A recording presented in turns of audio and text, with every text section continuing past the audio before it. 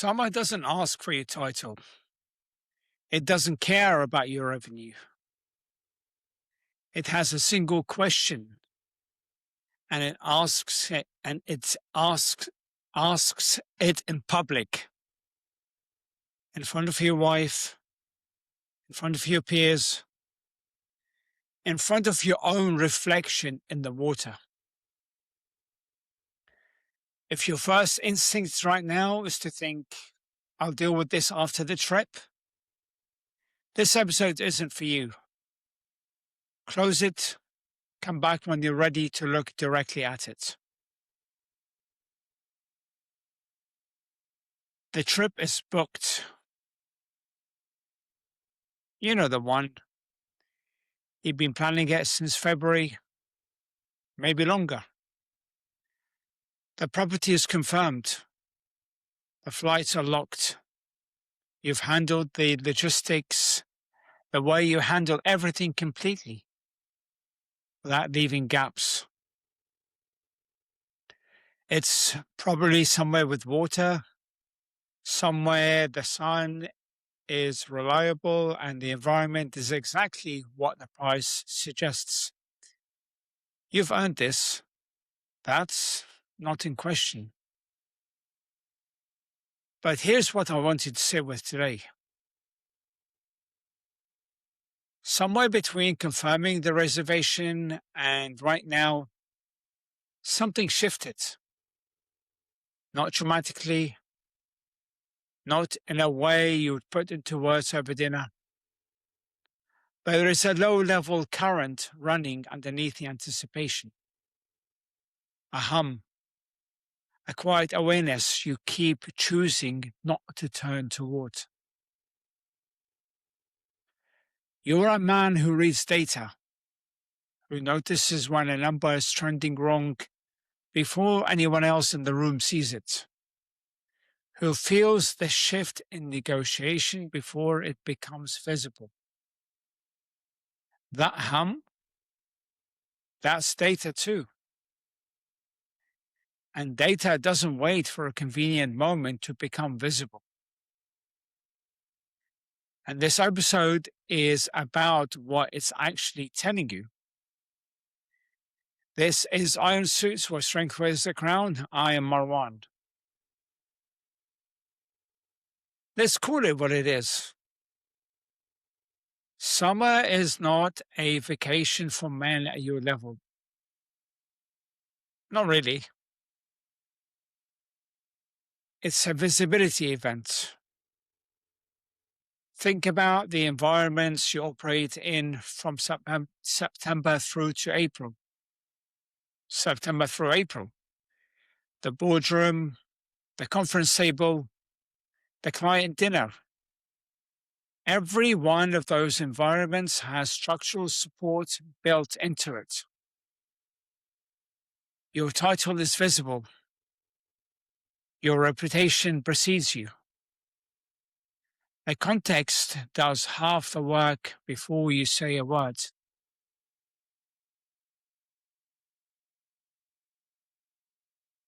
In those environments, you are legible.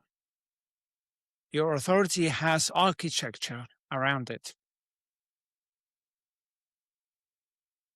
Summer removes the architecture. The board doesn't see your body. The quarterly review doesn't ask what you look like without a jacket, but the pool does. The beach does. The photos of your wife's friends post on a Tuesday afternoon, those do. And here's what most high-level performing men won't say out loud.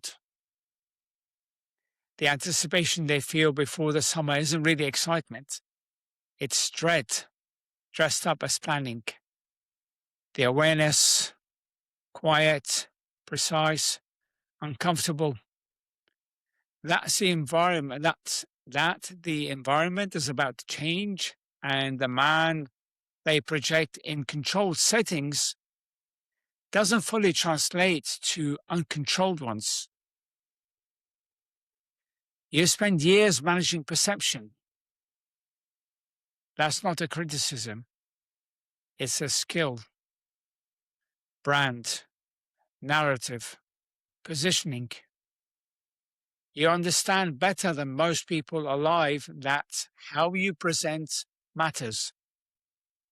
That signal management is real work. But there's a blind spot in most high performers even. They manage their professional presentation with obsessive precision, and they defer their physical presentation indefinitely. Winter lets you present it. Summer makes you prove it. Summer is the moment that deferral gets called in, rather. Summer is the moment that deferral gets called in with interest.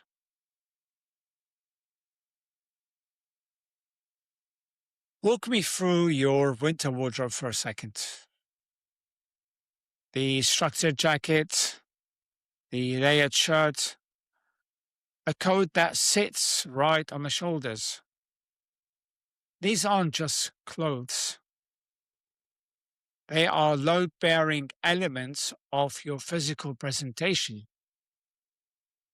They are doing work, strategic, silent, constant work every single day. Most men don't consciously register how much of their authority is being carried by fabric. But strip that away and they feel it. April arrives, then May. The shirts get lighter, linen, short sleeves. And then at some point, nothing but a swimsuit. Every layer you remove is a layer of constructed signal removed. A man who looked commanding in November looks different in June. Not because he changed, because the architecture changed. Because a wardrobe that was quietly reinforcing his presence is no longer in the room. This isn't about how heavy you are. I want to be precise here. It's about the signal you broadcast when you have no structural support, when nothing external is doing the work, when it's just you in the frame being read.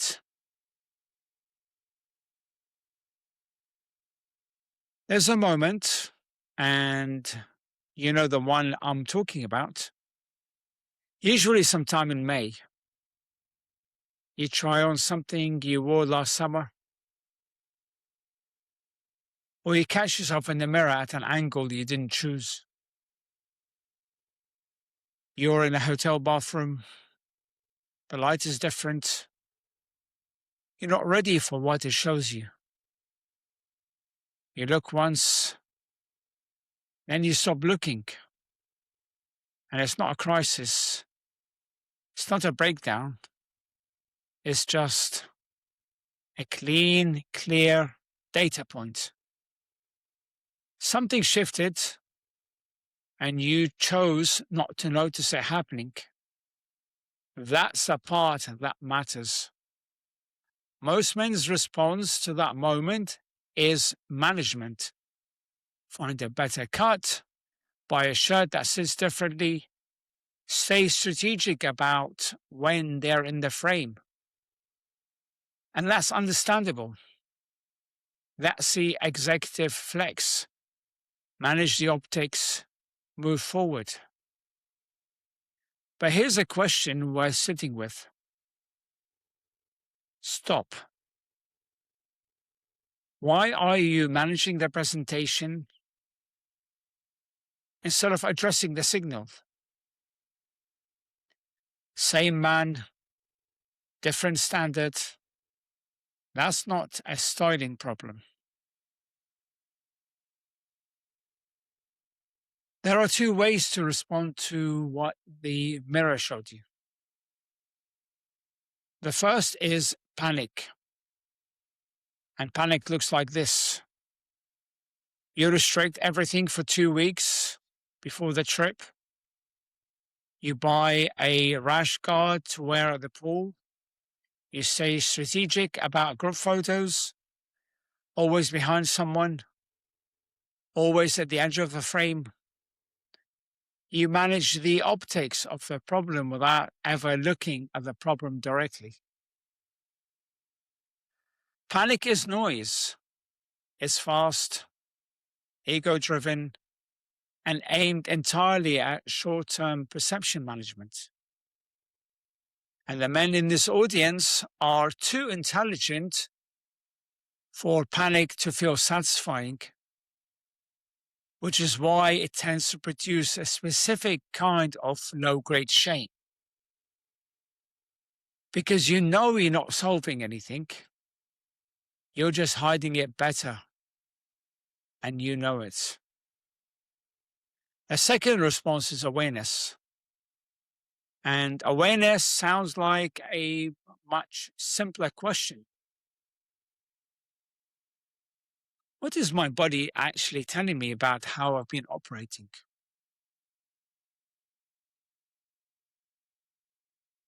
Not just what you've been eating. That's the surface. What you've been sleeping. What you've been absorbing. How much of the last 12 months was recovery, real recovery, and how much of it was just the next thing.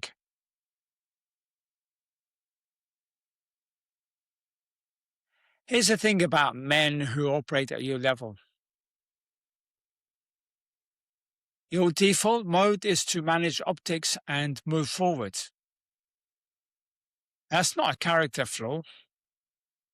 It's a skill set that built the business, but applied internally. It produces a specific kind of avoidance.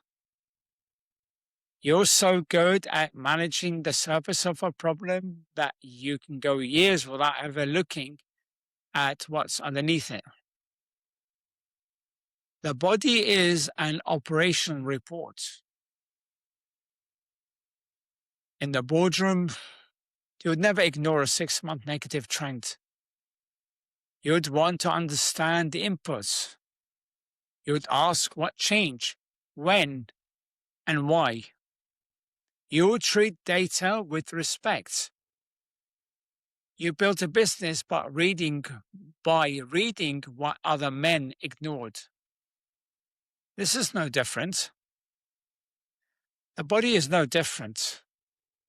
The visible change isn't the problem. It's the indicator.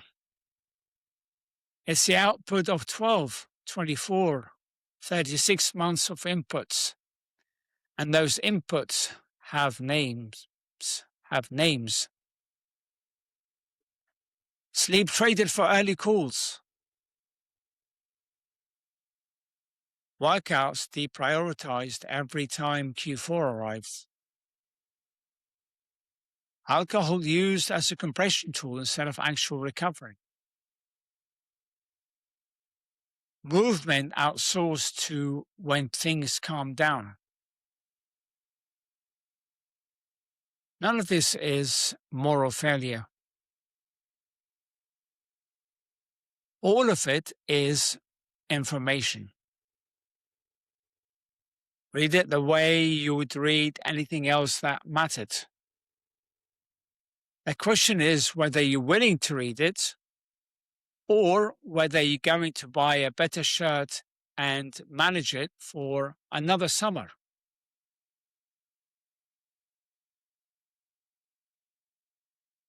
I want to draw a picture for you.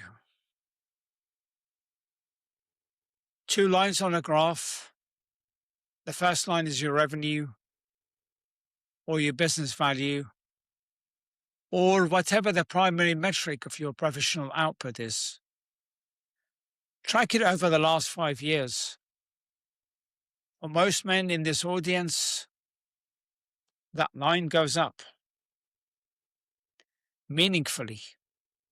It reflects real work, real discipline, real accumulated judgment. The second line is your physical condition.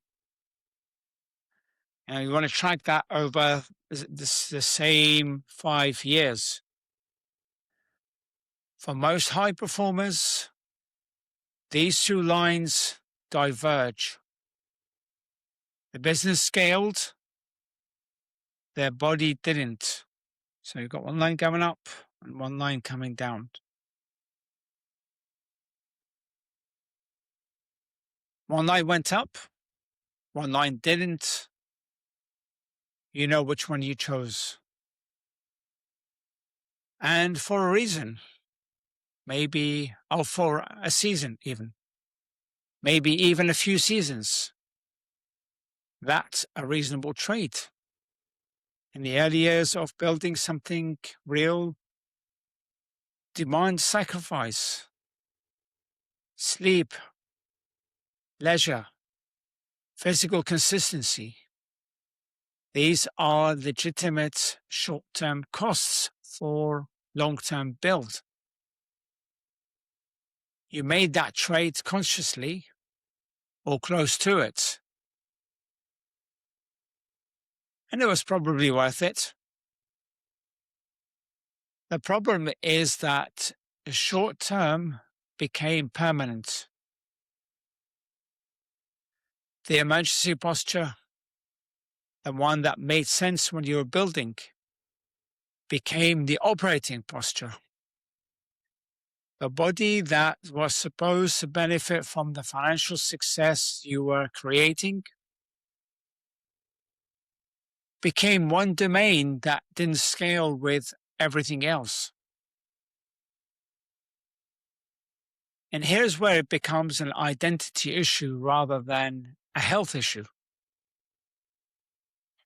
You identify as a high performer.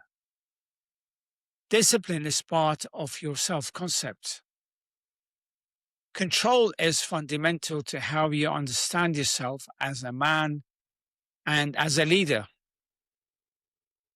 But the body is one domain where the story is no longer backed up by evidence. That's not a fitness problem. That's an integrity problem. That's not about aesthetics. That's about integrity. The alignment between self-concept and observable reality. And the cost of that misalignment goes beyond what most men calculate. It costs in the partnerships. Physical presence is part of the relational signal. We'll get to that in the next episode, but you already know this is true. It costs in status environments, in rooms where presence is the operating currency and yours is underperforming. You feel it, you just don't say it. And it costs internally. Every time you walk into a high exposure environment and feel the gap, every time you're managing your presentation instead of inhabiting it, there's a quiet erosion. Not of confidence exactly, of credibility within yourself. You've been the most demanding evaluator in every room you've ever entered. You cannot turn that off when the subject is you.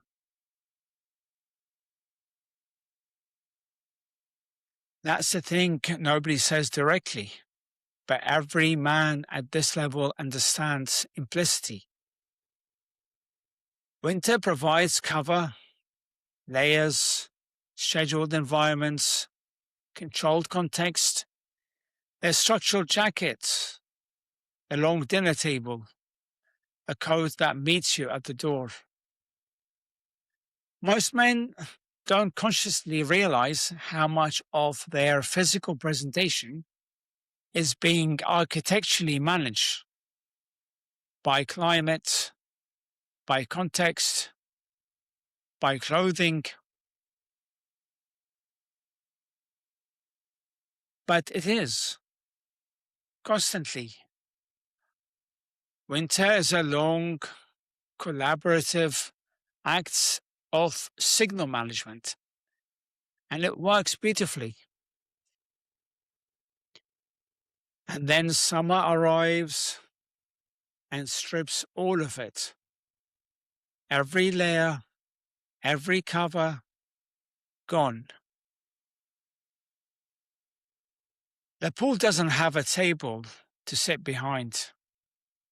The beach doesn't have a jacket to wear. The resort terrace doesn't ask about your revenue. The boat doesn't display your title. Let's be honest. Summer is the one context where the infrastructure that carries your status, all of it disappears. And what remains is just you.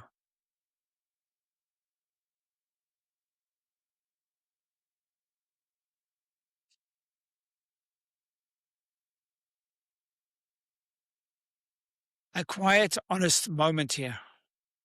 Not dramatic, just the simple reality of standing somewhere in summer with no architecture around you and feeling clearly, cleanly the gap, the group photo you angled away from, the moment at the pool bar you stayed in your shirt one beat too long.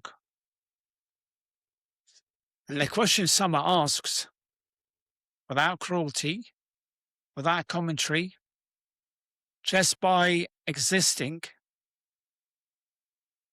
is this.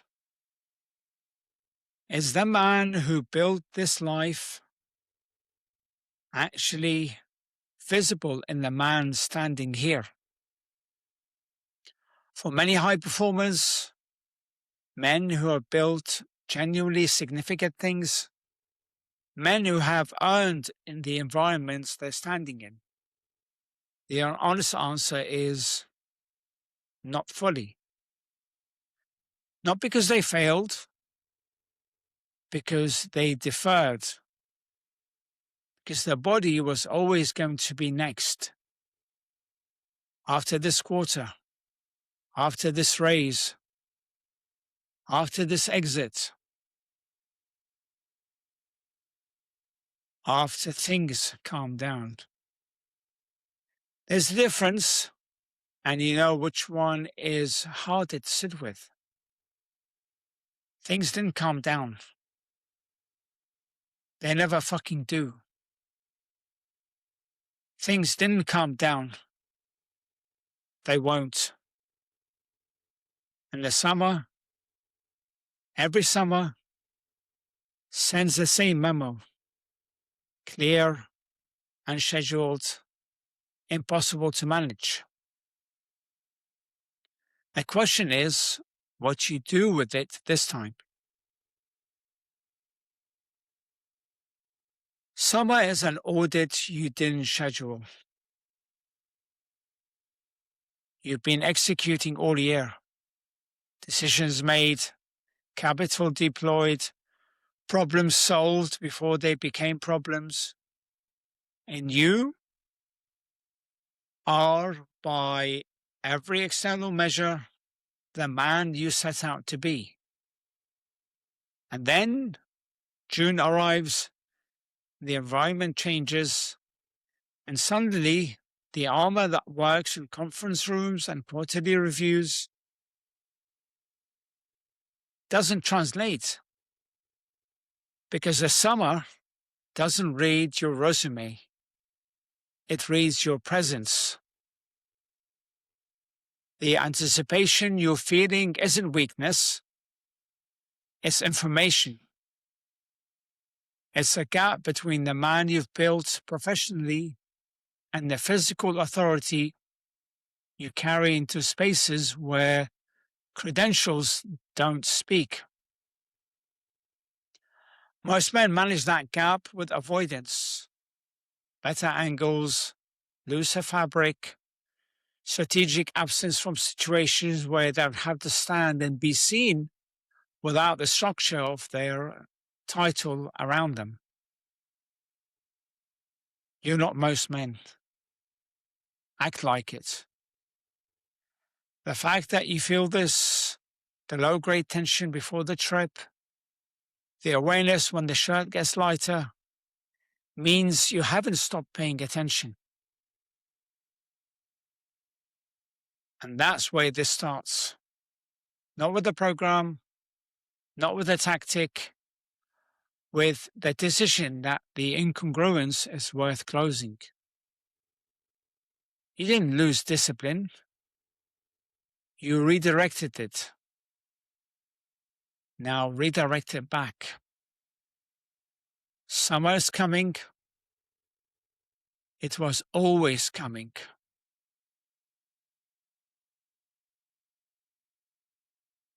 The question is whether this is the year you finally show up ready. And that's all for today. If this episode hit a nerve, share it with another leader who's a little bit soft.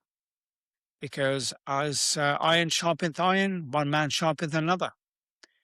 Make sure to subscribe to the show so that you get notifications whenever a new episode goes live. And